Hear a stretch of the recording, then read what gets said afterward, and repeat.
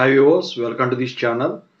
చాలామంది AP high court jobs రాసి ఈ సెలక్షన్ లిస్ట్ కోసం వెయిట్ చేస్తున్న అభ్యర్థులు సెలెక్ట్ అయిన తర్వాత డాక్యుమెంట్ వెరిఫికేషన్కి వెళ్లాల్సి ఉంటుంది.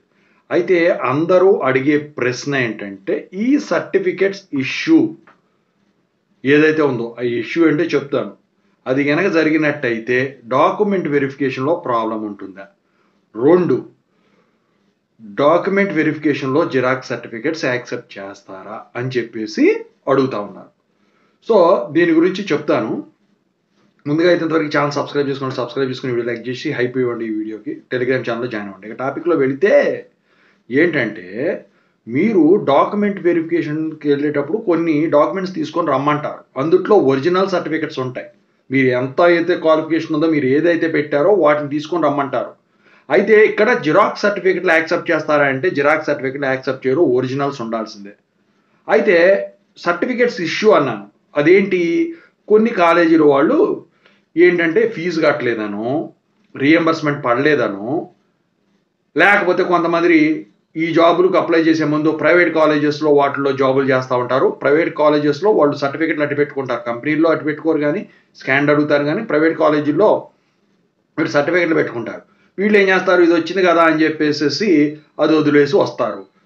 అయితే ఇక్కడ మనం డూప్లికేట్ అప్లై చేసుకోవచ్చా అండి వాళ్ళ దగ్గర ఉన్నాయని చెప్పేసి? ఇక్కడ మీరు కొన్ని విషయాలు తెలుసుకోవాలి. ముందుగా, గవర్నమెంట్ జాబ్ వస్తే సర్టిఫికెట్లు ఎవరో ఆపటానికి ఉండదు, ఆపకూడదు కూడా, క్రైమే అది. ప్రైవేట్ కాలేజీ అయినా ఎవరైనా కానివ్వండి, గవర్నమెంట్ జాబ్ వచ్చిందంటే సర్టిఫికెట్లు ఖచ్చితంగా ఇవ్వాల్సిందే. ఇక రెండోది వచ్చేసరికి ఏంటంటే, మీరు చెప్పా పెట్టకుండా వచ్చేసారనుకోండి, ఏదైనా చేసి వచ్చేసారనుకోండి, ఇక వాళ్ళు ఇవ్వలేదు అనుకోండి, మీ దగ్గర సాక్ష్యాలు ఉంటే పర్లేదు, కానీ ఇక మీరే సొల్యూషన్ ద్వారా వాళ్ళతో కాంటాక్ట్ అయ్యి ఇచ్చేసుకోవడం మంచిది. లేదు, నేను డూప్లికేట్స్ అప్లై చేసుకుంటాను యూనివర్సిటీలకు పోయి అంటే, దానికి 1,00,000 ప్రొసీజర్ ఉంది. ఫస్ట్ మీ సర్టిఫికెట్ పోయినాయి అని పెట్టుకోవాలి. ఒకవేళ పోయినా కూడా ఇదే ప్రొసీజర్. అక్కడ వదిలేసిన పక్కన పెడితే పోయినా కూడా ఇదే ప్రొసీజర్. పోలీస్ కంప్లైంట్ ఇవ్వాలి, ఆ ఎఫ్ఐఆర్ కాపీని అప్లోడ్ చేయాలి. చాలా తతంగా ఉంది. మీరు ఎక్కడైతే చదివారో ఆ కాలేజీకి వెళ్ళి సర్టిఫికెట్ పోయినట్టు తీసుకొచ్చుకోవాలి. ఓకేనా? సో ఇదంతా చేయాల్సి ఉంటుందన్నమాట డూప్లికేట్ తెచ్చుకోవాలి అంటే.